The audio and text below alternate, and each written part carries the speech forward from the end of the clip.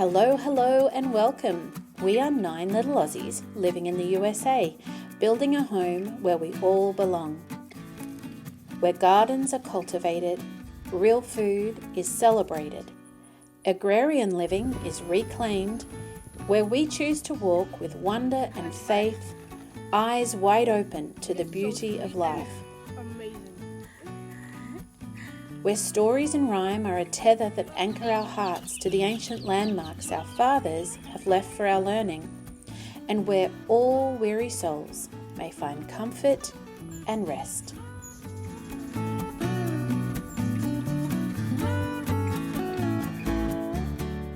It is a grand undertaking, perhaps, but a profoundly simple one. I invite you to join us as we reach for the stars with our feet firmly rooted in love and God's good earth.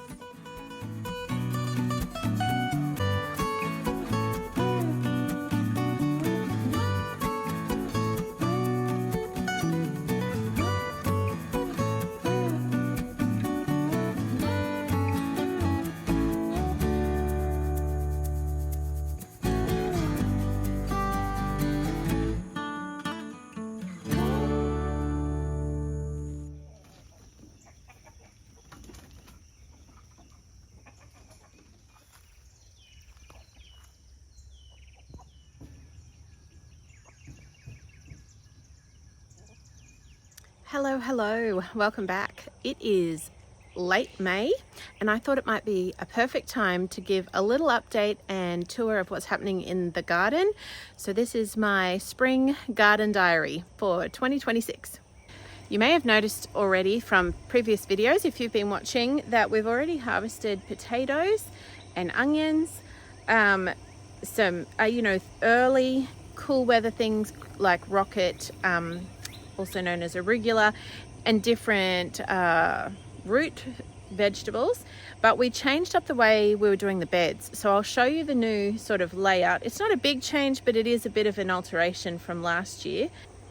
So we have this row along the fence here, which has been there. It's kind of one of the first beds I put in, but I've grown potatoes there before, different things, but this year we've got garlic growing, and we've planted this peach tree.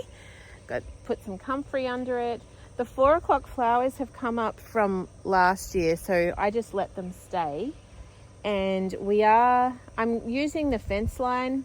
Look how big, you guys, look how big the elderberry has gotten. This one is like way taller than me, so it's getting really big, and these ones are shrubby. I actually think there might be 2 different varieties of elderberry here. Because they actually were sent to me as cuttings from 2 different people, and this one seems to be growing very differently, tall and lean, more like a tree, still covered in flowers. And these ones are spreading and bushy, so I don't know, they're definitely both elderberry but behaving a little bit differently. So the garlic, which I don't know, the garlic is this garlic has a sad history of I had to replant it 3 times.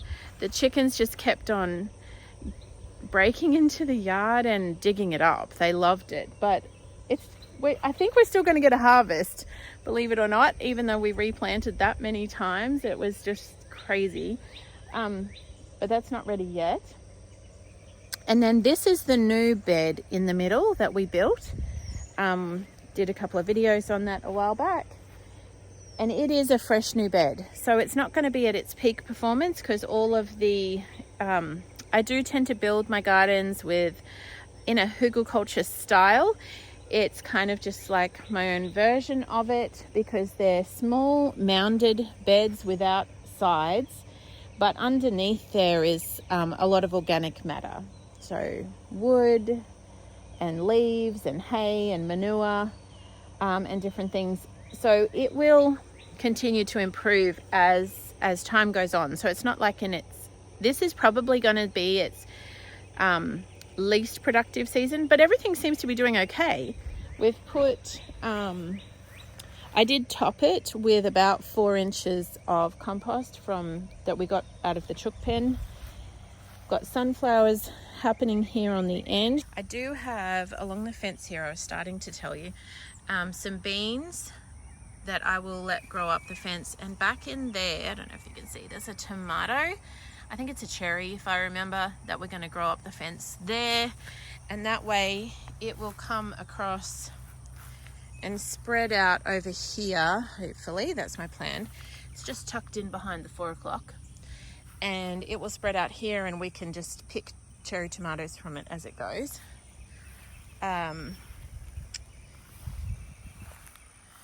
So we've got sunflowers on the end, tucked a parsley in there. I sowed quite a lot of seeds underneath all of these, some of which have come up, some of which haven't. Oh look, he needs pruning. I didn't see him the other day when I was,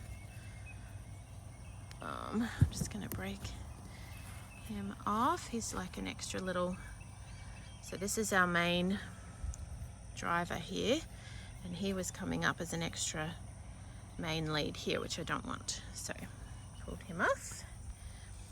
So these are our tomatoes coming along nicely. The rain really helped. Some of them are not doing as well. Like this little guy is just so short, but maybe he didn't have as much soil to grow in as these guys, because wow, these just come up so quickly. These little, in the little corners there. I'll take him out. Some of them are doing really well, some less so. So it's probably just a reality of the breakdown of where the bed is at, and some parts may have been shallower, because you can see some of these, we've already got some flowers. I noticed some people in other videos I've watched, some people have already got their first flush of fruit. We're not that far along. Got some basil growing under here, and in amongst here I do have some bell peppers or capsicum growing. So there's capsicum, more basil. I was kind of surprised I haven't had basil self-seed. The last few years we have had basil self-seed, and then this year it hasn't really come up, so that's interesting. Don't know why. Yeah, but this bed's looking okay. Sunflowers at the end is a trap. This is the sad reality. I've got some squash here. My cucumbers are not doing well at all. In fact, I don't even know if we'll get a harvest. You can see they're really struggling. Got some flowers, but yeah, so I don't know if we'll even get any cucumbers.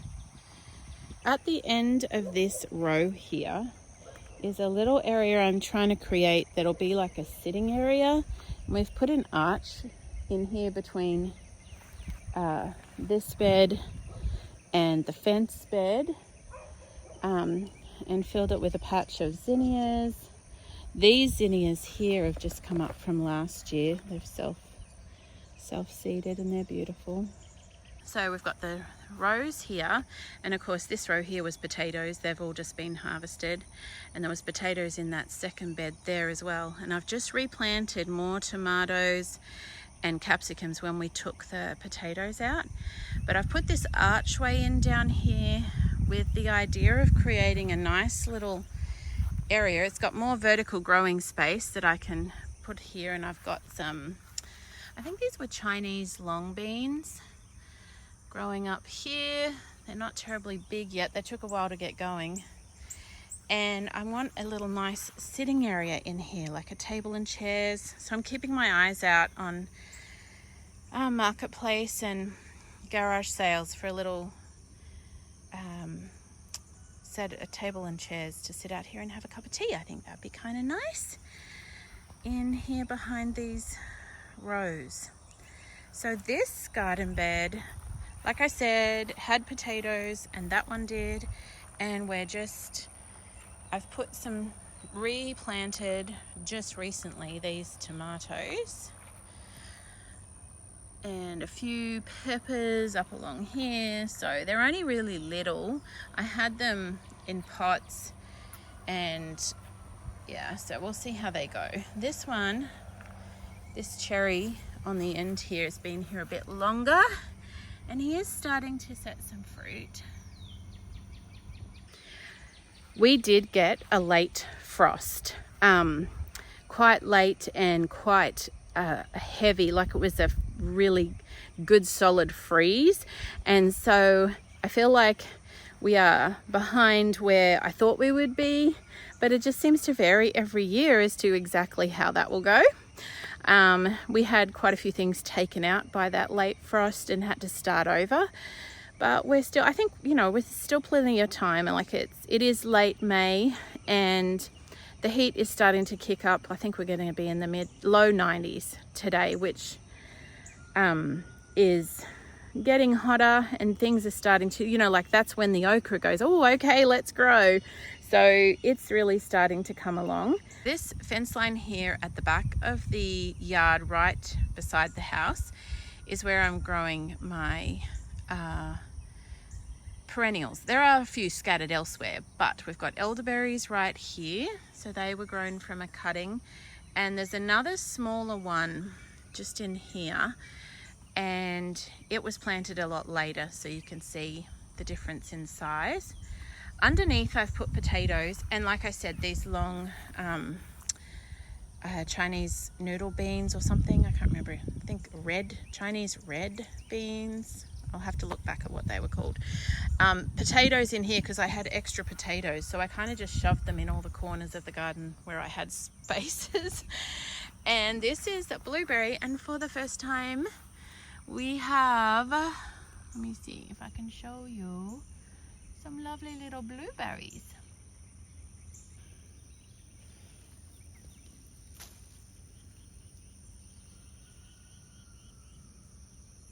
Now, I did notice the other day when I had some of these, they weren't, oh, that's a bit sweeter. Maybe they weren't quite ripe, because the other day, and I am not an experienced blueberry grower, the other day when I had some, they were kind of powdery and not as sweet. And I was like, oh, they're not very sweet. But these ones are sweeter, maybe. Is that the deal? Do I just need to wait longer? Blueberry experts, let me know. Because that is actually, they're delicious. But we also did have a big rain event, so maybe the rain brought out the sweetness, or maybe they just weren't ripe enough. I'm not sure. But that is actually yummy now, so that's good. So I've kind of got this net. I don't know how effective it is, but I'm trying to stop the birds. So it's kind of just hanging down half over the blue. They could still get to it. They could fly underneath, but anyway, we'll see. So more potatoes. The bananas have all come back and spreading, looking really happy. More potatoes. This is our potato tower actually. So Abby, my friend, helped me do this potato tower, so we'll have to harvest that. I harvested the yarrow. There's more growing back, more flowering, but I did harvest that last week.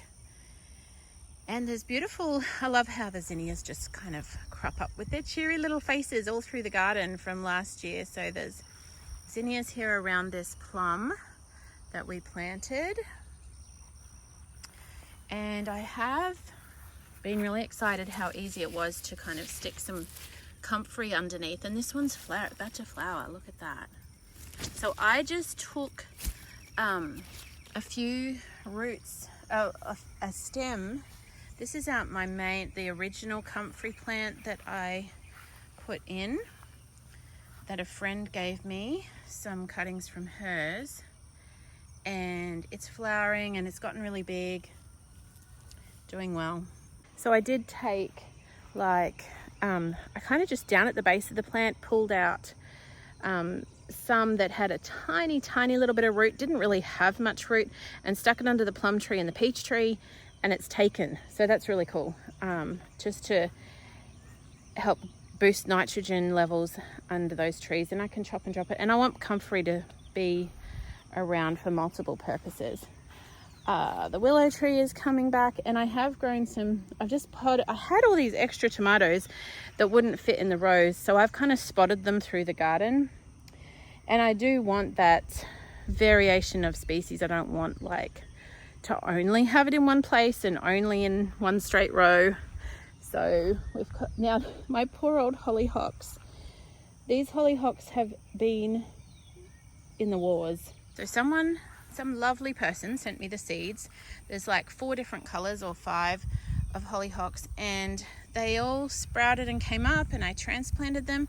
But can you see this? I don't know what this is, but it's got these yellow spots on the leaves. It's kind of a rusted look, and they have struggled with that. Also, the chickens have got in here and tried to dig them up a few times. I have put compost on top and I've mulched it, and they're looking better than they were, honestly, which I know you might look at that now and go, oh dear, if that looks better. It's not good, but I'm hoping they pull through, and that the extra nutrition I've given them will help. They definitely have had a spurt of growth since I did that, so hopefully they'll make it. I don't know. I'm really hoping they do. And so we've got some tomatoes through there. I have got an okra growing up here, which is a temporary crop obviously, but it'll grow up and provide some shade here. And then this is my other fence garden. I've got these beautiful big mammoth sunflowers. They're just so amazing. I love them. Need to really deadhead this guy because he kind of looked like, a few days ago was so stunning.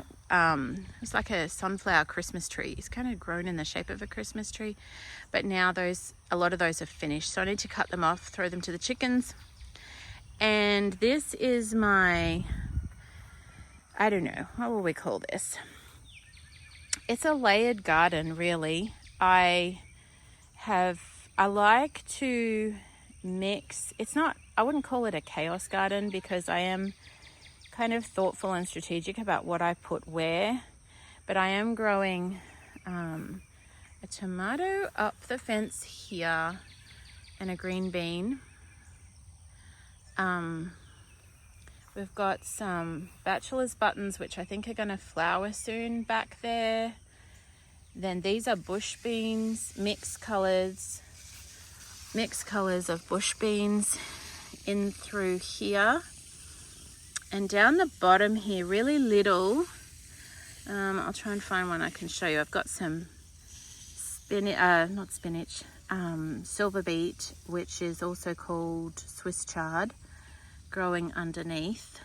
Bush beans there, sweet Alice, bachelor's buttons, I don't know, just a mix of flowers, and some of these long beans that are really starting to produce here, and a tomato. Lots of variety.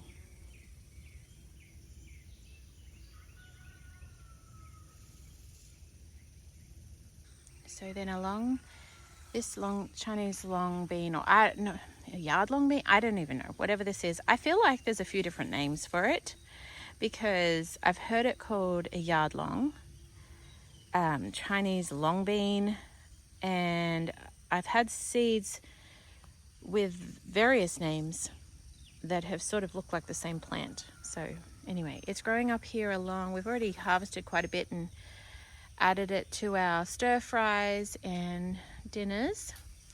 And then look at this beauty. I've never grown one of these before. It is a Dutch crookneck squash. This beautiful big flower. And I'm kind of growing him up along this fence line. Oh, here's one of these that I was going to show you.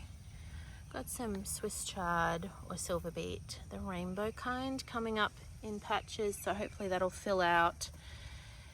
We've got some more squash and parsley and jalapenos that'll all sort of slowly fill out under these big sunflowers that are coming.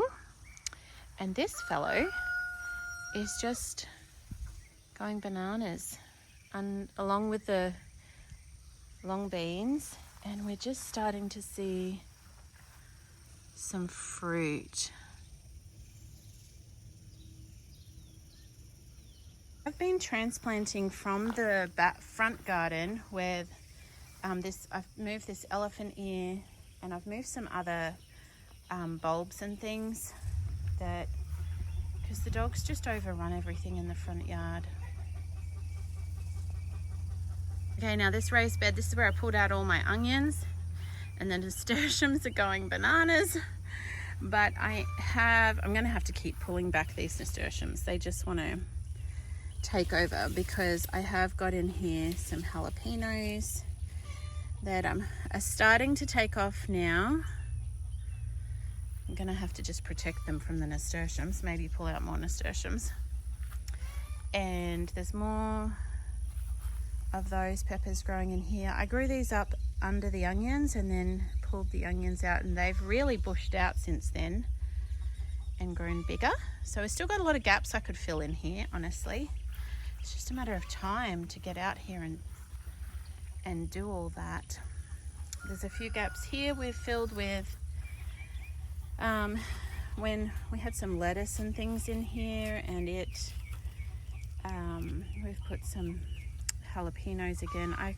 I sowed the jalapenos, just came up like crazy. This is a volunteer tomato, and I think it's a cherry. Oh look, there's some babies in there, baby tomatoes. This here is a mix of zinnias and carrots. The zinnias just came up of their own accord. I don't even think I had zinnias in this bed, but somehow we have zinnias aplenty now in here, in amongst the carrots. But the carrots are about ready to come out. The turnips I've mainly harvested. There's just a few left, and I'm giving them to the chickens. I tried them. We discovered we're not huge big fans of turnips. And some beetroot still growing. I've harvested quite a bit of the beetroot, but there's still some more in there that can come out soon. And then around from here, past the clothesline, is my mint bed has finally, this year. So I put that in a couple of years ago, and it really struggled for a while. I have a mix of peppermint and regular,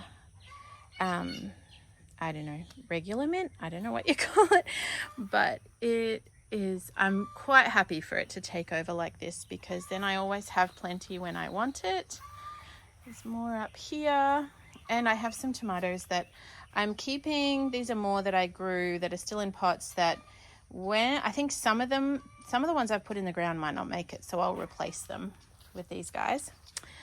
This is he's falling over. I have to sort of try and prop him up, but cayenne pepper, I think that's what this guy was. Yeah, cayenne pepper, and he's covered in peppers, so that's exciting. Now, I don't know if I should wait until I've got one red one. Do you see this guy? Let me see. I don't know if I should wait till they're all red like that to harvest them, because I do want to use them medicinally. That's why I will use some for culinary purposes. I want them for tinctures and stuff as well. So I think I'm supposed to wait for them to get red. And the kids have eaten quite a few strawberries off of this little patch here. But they did tell me, you got to grow more strawberries, Mum. And the lemon balm, I'd like it to spread all through this garden because I do love it. Parsley, finally have parsley growing again. This is the one I rescued that grew from seed or something in that raised bed. And asparagus, which keeps on falling over, and the cats have played in it, the baby kittens have played in it and played in it. I keep having to tie it up.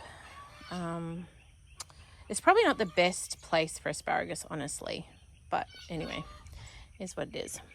I probably need to plant some more somewhere else strategically where it can just have a lot more space. Now here recently on our little homestead, we've started a couple of new ventures. I've had the micro bakery going for a while, and that ebbs and flows, and it's been good. But I've started some classes, which I have really enjoyed. So we did a garden class, a beginner's garden class. I called it the Forgotten Path or something. I can't remember what I called it, but it really was looking at the way I garden, I guess, is a little bit different from what I see a lot of people doing. And it's by no means like I created it. I mean, it's not at all, but it's not as common. But I have found it so profoundly effective and a beautiful way of building and creating rich, fertile gardens when you don't want to have a lot of inputs. I've been very open about how we are building this homestead from scratch on a really small to non-existent budget. It just has to use the resources we have at hand. And it turns out that probably is one of the best ways to build a garden. You do have to have a little bit of patience and a little bit of strategy involved. But I just felt I really wanted to share that with other people who are wanting to garden. But maybe, people spend so much money on buying in topsoil or building fancy beds, and you really don't need to. So we had our first garden class here a couple of weeks ago, and it was great. It was a small group, which was perfect. There was 4 of us total, and we did quite a bit of theory. And when I say theory, I just mean we sat down and had a cup of tea and talked about how soil grows naturally and the development of soil in creation, and then how we can mimic that. I really do feel like God gave us a blueprint for abundance if we will have eyes to see the way He builds soil, and He doesn't spend any money.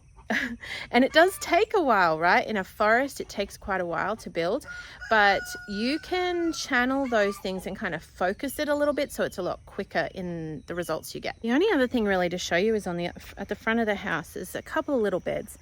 The roses have bloomed beautifully this year. They didn't do much last year, and they are fading a bit now, but there's going to be a whole new flush of growth because I've come through and deadheaded them. The dollarweed, you guys, my goodness, the dollarweed is just insane. Look at it all. And I cardboarded and heavily mulched under that, and it just came straight through. It's like a torpedo. It's crazy. I was wondering, because I've been thinking, what can I do about this dollarweed? It's under the roses all here, but it's actually all through. If you look closely, it's all through my front lawn. And then it's coming up a lot in those little raised beds over there. I wondered, I don't know, what do you guys think? I wondered about putting mint under the roses because it's prolific as well. I don't know if it would outcompete the dollarweed. I don't know. I would rather mint there than dollarweed. I do know that dollarweed has medicinal benefits. I haven't used it in that way. I'm not sure exactly how that would be, like what I would, if that's worth pursuing. But I would be quite okay with mint all coming up under here. I don't know if it would overtake the dollarweed or if the dollarweed would kind of strangle it. Okay, these 3 little raised beds here, I have already harvested a ton from this banana peppers. Now, I thought when I bought them, the label said mild, but these are not mild. These are not mild. They are quite hot, and so I'm trying to give them away at this point because we're not really spicy people. And parsley, been eating a lot of this. I love having these little beds at the front with food that I just can harvest every day. I finally have chamomile growing. It took a while, but we got there, people. We got there. So I've harvested a good bunch of chamomile from these. They look like they're still asleep. Recently, this bed was full of dollarweed. You can see it trying to come back. I got in there and spent quite a long time pulling it all out and mulching it. You can see I haven't got to this bed yet. We have the rosemary's doing really well. And I still have some sweet peas that are probably not going to do anything. It's too hot now. Been harvesting leeks out of this bed. They're nearly all gone. There was leeks all around here. Only got a couple left. And these onions, I don't even know what these are. But they came up and I'm like, okay, well, I'll let you do your thing. Some kind of onion. And the dollar weed, as you can see, is going bananas. This one is doing better because the thyme, the nasturtiums, the chamomile, got some sage in here, and oregano on this corner, which we've already harvested a bunch of, but it's kind of fighting off the dollar weed. So this is, I'm letting these ones go to seed. I've already harvested quite a bit, but I want it to come back next season. And actually hiding under here is some tarragon, which, look how I've never found nasturtiums to be so invasive, but maybe I just didn't plant them at the right time, because this year they're going bananas. I did get them in earlier. This is tarragon here, which I need to harvest some of that while it's still going good. And my lime tree came back. I really thought the hard freeze had taken him out, but he came back. My little geranium, my Taste of Home geranium, and a few little things growing in pots. But yeah, that's about it.